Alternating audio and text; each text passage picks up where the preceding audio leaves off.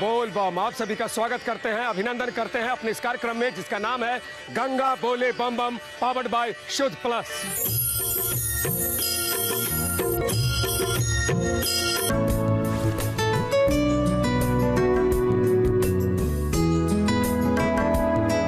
मनीष बम, जो कांवरिया लोग उतने दूर से आते हैं, लोग पैदल चल करके, उनके शरीर में कितना दर्द होता है और खून जम जाता है पैरों में, चलने में कठिनाई होती है उन्हें। तो ये वो शिविर है, इसके जरिए ये बांस का जो टुकड़ा है उसके जरिए दर्द का इलाज किया जाता है। आप घबराए नहीं, चिंता नहीं करिए, इस इलाज के बाद में आपके बदन का सारा दर्द ठीक हो जाएगा, छू मंतर हो जाएगा। आप यहाँ से दौड़ करके भोले बाबा की नगरी आप पहुँच जाएंगे। अरे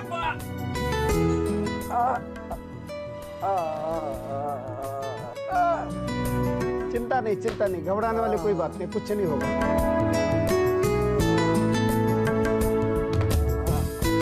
अभी हम पटनिया में हैं और आप देख रहे हैं कि पटनिया में हम पिटा रहे हैं। हम ही नहीं, इस रास्ते से गुजरने वाले लगभग बम पिटाते हैं। क्यों पिटाते हैं मुझे नहीं पता, आपको पता है? ये आपको पता तब चलेगा कि आप यहाँ आए और आप भी 2-4 बांस से पिटाएं। आइए हम आपको बताते हैं कि ये पगला बम कौन है और क्यों लोगों को पीटते हैं।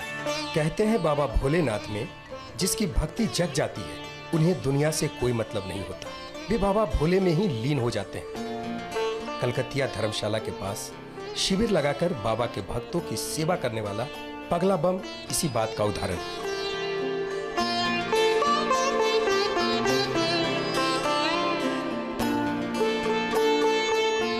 पगला बम यहाँ हर वर्ष शिविर लगाते हैं और उनके डंडे की मार खाने के लिए कांवरिये यहाँ बार बार आते हैं। लोगों को पिटने पर दर्द होता है, लेकिन पगला बम की पिटाई से बाबा के भक्त कांवरियों का दर्द छू मंतर हो जाता है और वे नई ऊर्जा से भर जाते हैं। पगला बम से पिटवा के हमको बहुत अच्छा लगता है। दर्द जितना दूर से चल के है उतना का दर्द सब खत्म हो जाता है। बहुत ही अच्छा लगता है इनसे पिटवा, हर एक साल आके हम इससे पिटवाते हैं। शरीर का पूरा जितना दर्द सब गायब हो गया है और एक नया एनर्जी आ गई, इससे हम बाबा धाम जा सकते हैं पूरा। पगला बम कई दशक से ये काम करते आ रहे हैं। उन्हें इस काम में बड़ा आनंद आता है और वे इसे बाबा की भक्ति के रूप में देखते हैं। बम को जब कष्ट देखे चलते लंगड़ाते हुए, तो एक जो किसको हमने अपनी हाथ से बांस से लेकर के उन्हें सेवा करने का किया, प्रयत्न किए। उसके बाद इस जो कि सेवा में सब बम लोग आज से बहुत आनंद आने लगा, तो हम और बम लोग की गहराई से सेवा करने के लिए इच्छुक हो गए। पगला बम के इस काम में उनके परिवार का भी सहयोग होता है। बहुत अच्छा लगता है, बहुत ही अच्छा लगता है। 1 महीना 5 महीने बहुत सेवा लगता है, हमारा पति लगता है तो हमको लगता है अच्छा। निस्वार्थ भाव से बाबा के भक्तों की सेवा करने वाले पगला बम को पगला कहे जाने पर जरा भी दुख नहीं होता। बाबे का रास्ता में पागल कह करके हमें पुकार करके इतना हमें प्यार देता है, कुछ कहने का बात नहीं। और हमें सेवा करने का ये मौका मिला है भोलेनाथ का नगरी में।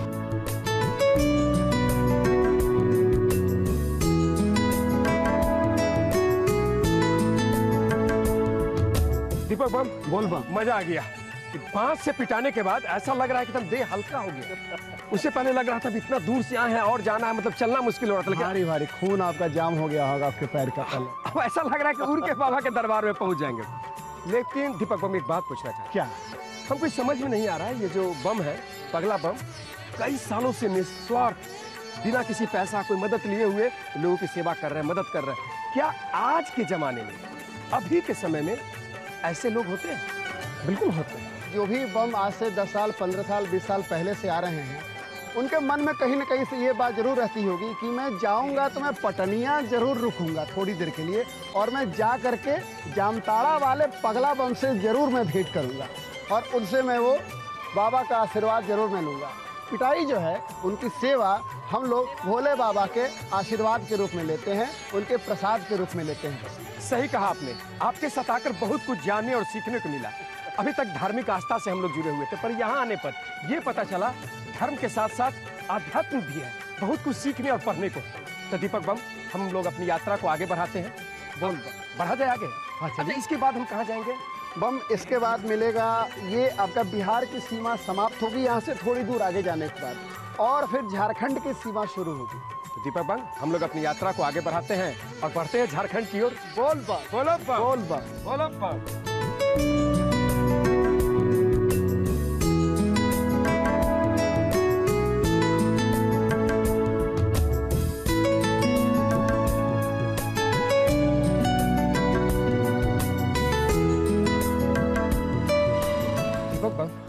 ये तो बड़ा ही भव्य सेवा शिविर है। बिल्कुल सही आपने कहा, सेवा, वो भी निस्वार्थ। और ये सेवा शिविर है श्री ब्रह्मर्षि आश्रम तिरुपति का।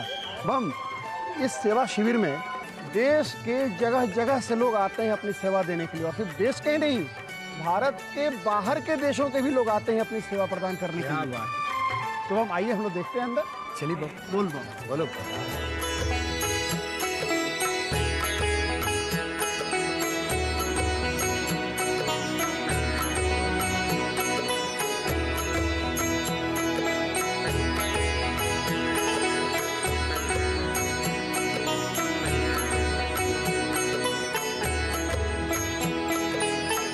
बम, ये धर्मशाला तो बड़ा ही भव्य है।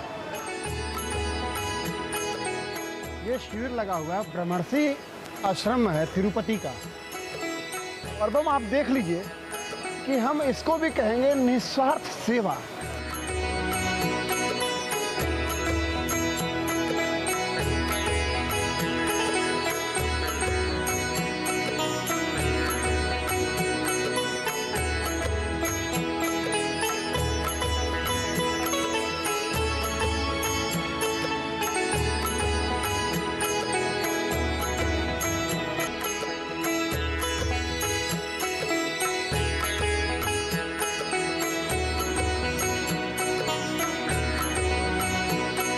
आइए, यहाँ के जो लोग हैं, यहाँ जो लोग आए, उन लोगों से बातचीत करते हैं। हम लोगों ने इस शिविर में 60,000 स्क्वायर फीट के एरिया को कवर किया है, जिसमें अलग अलग विभाग बनाए गए हैं।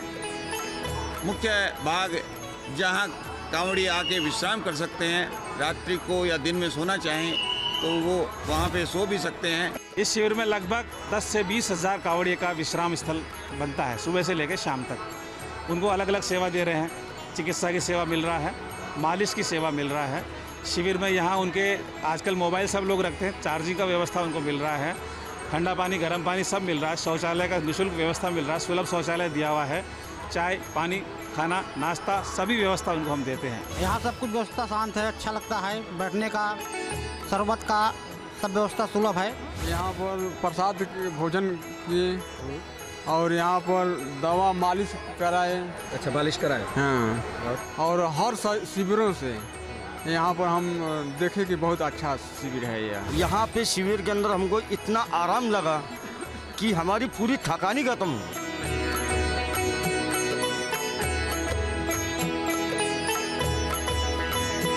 दीपक बम, दिल खुश हो गया। कितना सुकून है यहाँ पर, कितना शांति है। ऐसा इस रास्ते में देखने को बहुत कम मिलता है बम। वाकई मनीष बम, सादगी में ही सुंदरता है और शिव ही सुंदर है। इन दोनों का जो अनूठा संगम है वो मुझे यहाँ देखने को मिला। वाकई बहुत बढ़िया लगा मुझे। बोल बम। तो मनीष बम, अब हम लोग अपने आगे का सफर जारी रखते हैं। हाँ बम, क्या चलें? चलिए। बोल बम, बोल बम।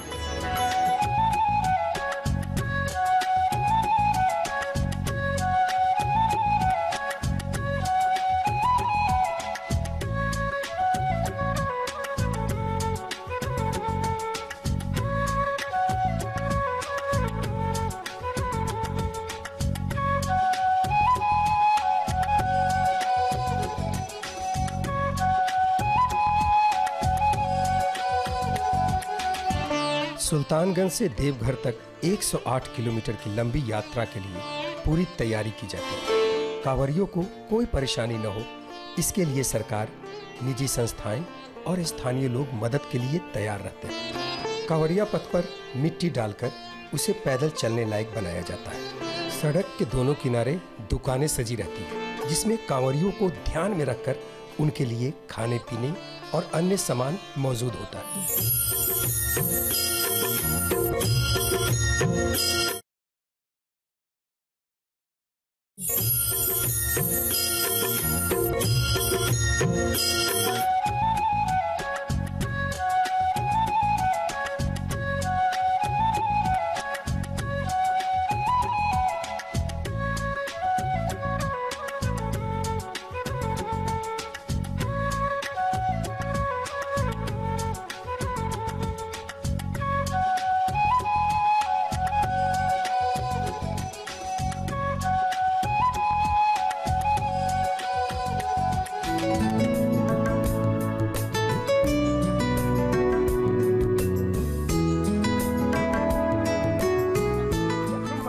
मजा आ गया। ए बम मालूम है क्या? अब हम लोग कहाँ पहुँचे? कहाँ? हम लोग पहुँच गए झारखंड। झारखंड? हाँ बम। और बम वहाँ तो बिहार द्वार लिखा हुआ है। वो बिहार द्वार है, जब आप उधर जाकर के देखेंगे तो झारखंड द्वार आपको नजर आएगा बम। यही तो है बिहार और झारखंड की सीमा रेखा। अब यहाँ पे बिहार की सीमा समाप्त और झारखंड की सीमा शुरू। यानी बॉर्डर पर आ गए हैं हम। बॉर्डर पे आ गए बम एकदम। एक पैर ऐसे रखिए झारखंड, एक पैर इधर रखिए बिहार। बोल बम। बहुत बढ़िया बम। अब ऐसा करते हैं कि हम अपने दर्शक बम को ये बताते हैं, ये दिखाते हैं कि जहां से हमने यात्रा आरंभ की थी वहां से यहाँ तक सब कुछ कैसा था, क्या व्यवस्था था। आइए हमारे साथ। बोल बम, बोल बम। सुल्तानगंज से देवघर तक 108 किलोमीटर की लंबी यात्रा के लिए पूरी तैयारी की जाती है। कांवरियों को कोई परेशानी न हो, इसके लिए सरकार, निजी संस्थाएं और स्थानीय लोग मदद के लिए तैयार रहते हैं। कांवरिया पथ पर मिट्टी डालकर उसे पैदल चलने लायक बनाया जाता है। सड़क के दोनों किनारे दुकानें सजी रहती है, जिसमें कांवरियों को ध्यान में रखकर उनके लिए खाने पीने और अन्य सामान मौजूद होता है। जगह जगह विश्राम गृह, शिविर, स्वास्थ्य शिविर, शौचालय और झरनों का इंतजाम होता है। झरना है, शौचालय है, स्नान गृह है, सब कुछ बहुत ही अच्छी व्यवस्था है यहाँ पर। रास्ते में पानी की व्यवस्था, पीने की अच्छी व्यवस्था थी, नींबू सिकंदी की व्यवस्था अच्छी थी, चाय पानी की व्यवस्था अच्छी थी। फिर जो कावड़िए इंजर्ड हो जा रहे हैं, कोई चोट लग जा रही है, वो लोग से मरहम पट्टी की, दवाई पानी की बहुत अच्छी व्यवस्था थी। रास्ते का तो इस साल जो है बहुत ही अच्छा व्यवस्था किया गया है। पैदल चलने वाले कांवरियों की पीड़ा दूर करने के लिए शिविरों में गर्म पानी की व्यवस्था होती है। पीने के लिए शीतल जल, शरबत की व्यवस्था रहती ही है। थके कांवरियों के पैर मालिश की भी व्यवस्था रहती है। इन सारे इंतजामों के बीच कांवरियों का हुजूम गुजरता है तो पूरा सावन का महीना बाबा की भक्ति में डूब जाता है। क्या शासन, क्या प्रशासन, सब भक्तों की सेवा को सबसे बड़ा सेवा मानकर उनकी सहायता करते हैं। सरकार जो ड्यूटी लगाती है तो बड़े भाग्यशाली लोगों को यह ड्यूटी मिलता है, जो तन मन धन से यहाँ आकर के कांवड़िया का सेवा करे, पुलिस अपना कर्तव्य का निर्वहन करे, कांवड़िया का जो कष्ट हो उसको माने अच्छा से उसका समाधान करे, यही हम लोग का कर्तव्य है। करोड़ों लोगों के जुटने का यह सिलसिला अनवरत चल रहा है और दिन प्रतिदिन बाबा के भक्तों की संख्या बढ़ती ही जा रही है।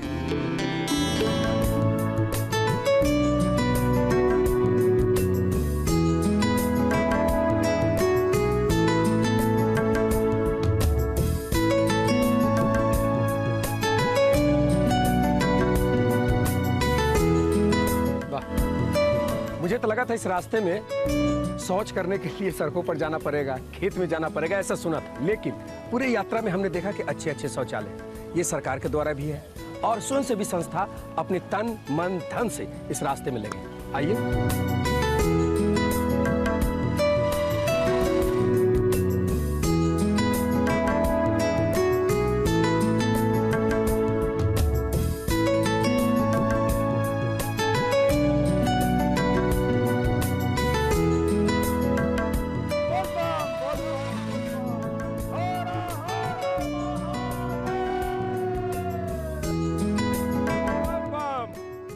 बोलो दीपक बम, बाबा नगरी द्वार।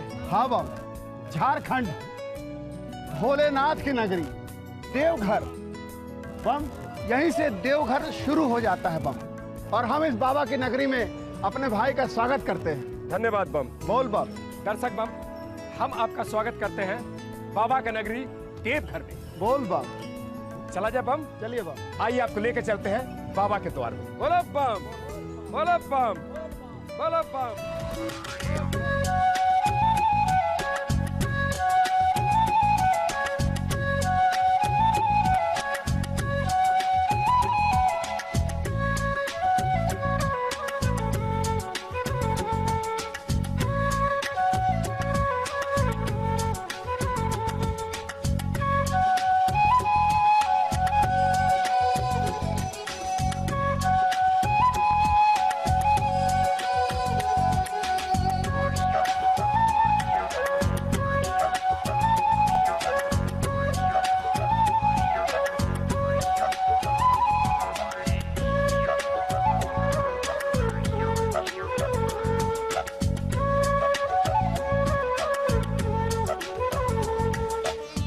देवघर पहुंचते ही लोगों का उत्साह देखते ही बनता है। उनकी भक्ति और बाबा को जल अर्पित करने की अधीरता की कोई सीमा नहीं होती। यहाँ पहुंचते ही भक्तों को प्रशासनिक व्यवस्था के साथ चलना पड़ता है। मंदिर से करीब 3 किलोमीटर आगे तक लंबी लाइन लग जाती है। सबको आराम से बाबा बैजनाथ के दर्शन हो जाए और किसी तरह का कोई परेशानी न हो, इसके लिए व्यापक इंतजाम किया जाता है।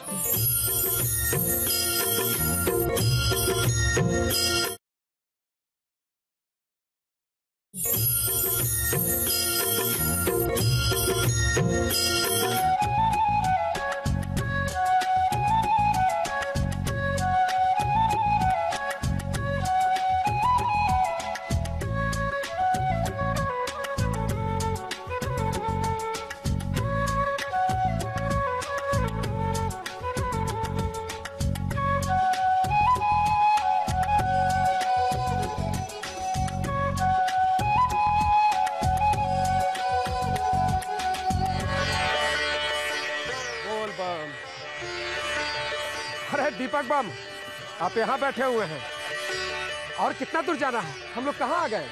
बम जी, अब हम लोग पहुँच गए हैं दर्शनिया। दर्शनिया यानी कि एकदम बगल में। बम चलिए चलिए चलते हैं, अपने दर्शक को भी दर्शन करवाते हैं। थोड़ी देर सब्र तो रखिए। अब हम लोग पहुँच गए हैं दर्शनिया जी, भोले बाबा के दरबार के बिल्कुल पास। अब तो भोले बाबा का दर्शन होगा, भोलेनाथ का दर्शन होगा। क्या समझ गए बम? समझ गए। लेकिन बम चलने के पहले इतना तो जान लीजिए आप कि दर्शनिया का महत्व क्या है और दर्शनिया क्यों जाना जाता है, और दर्शनिया को दर्शनिया क्यों कहते हैं? क्यों कहते हैं? बाबा के भक्तों के लिए दर्शनिया का बड़ा ही महत्व है। यही वो जगह है जहाँ से बाबा बैजनाथ के मंदिर का पहला दर्शन होता है। दर्शनिया मोड़ पहुँचते ही मंदिर का त्रिशूल दिखाई देने लगता है। हालांकि अब बड़े बड़े बिल्डिंग बन जाने की वजह से मंदिर का त्रिशूल दिखाई नहीं देता, फिर भी पुराने परंपराओं के चलते यहाँ पहुँचते ही भक्तों में नई ऊर्जा भर जाती है। वे बाबा का जयकारा लगाने लगते हैं। यहाँ से बाबा का मंदिर मात्र 1 किलोमीटर है और इसीलिए भक्तों का मन बाबा के दर्शन के लिए अधीर हो जाता है। कच्चे रास्ते से हम लोग जो आते हैं वो रास्ता यहाँ पर आकर के खत्म हो जाता है और हम लोग प्रवेश कर जाते हैं भोलेनाथ की नगरी में, यानी कि देवघर शहर में। बोल बम बोल बम बोल बम।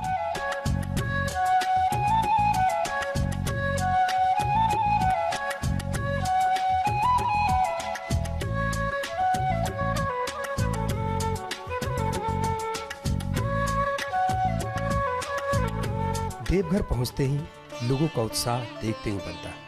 उनकी भक्ति और बाबा को जल अर्पित करने की अधीरता की कोई सीमा नहीं होती। यहाँ पहुँचते ही भक्तों को प्रशासनिक व्यवस्था के साथ चलना पड़ता है। लाइन की व्यवस्था है और अर्घा सिस्टम जो पूरे 2 साल से चल रहा है वो बहुत सफलतापूर्वक चल रहा है।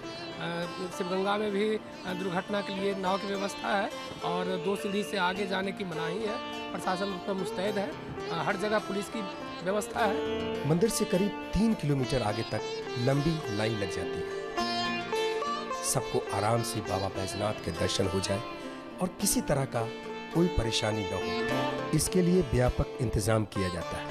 इसीलिए यहाँ आने वाले प्रत्येक कांवरियों का रजिस्ट्रेशन किया जाता है और एक पास जारी किया जाता है, जिसे दिखाकर ही आगे बढ़ने का प्रावधान है। लाइन में लगकर कांवरिये बाबा का दर्शन कर आगे बढ़ते जाते हैं और प्रशासन द्वारा नियुक्त किए गए कर्मचारी इन पासों की जांच करते जाते हैं। डाक बम के लिए अलग लाइन और पास की व्यवस्था की जाती है ताकि उन्हें किसी भी जांच के दौरान कहीं रुकना न पड़े।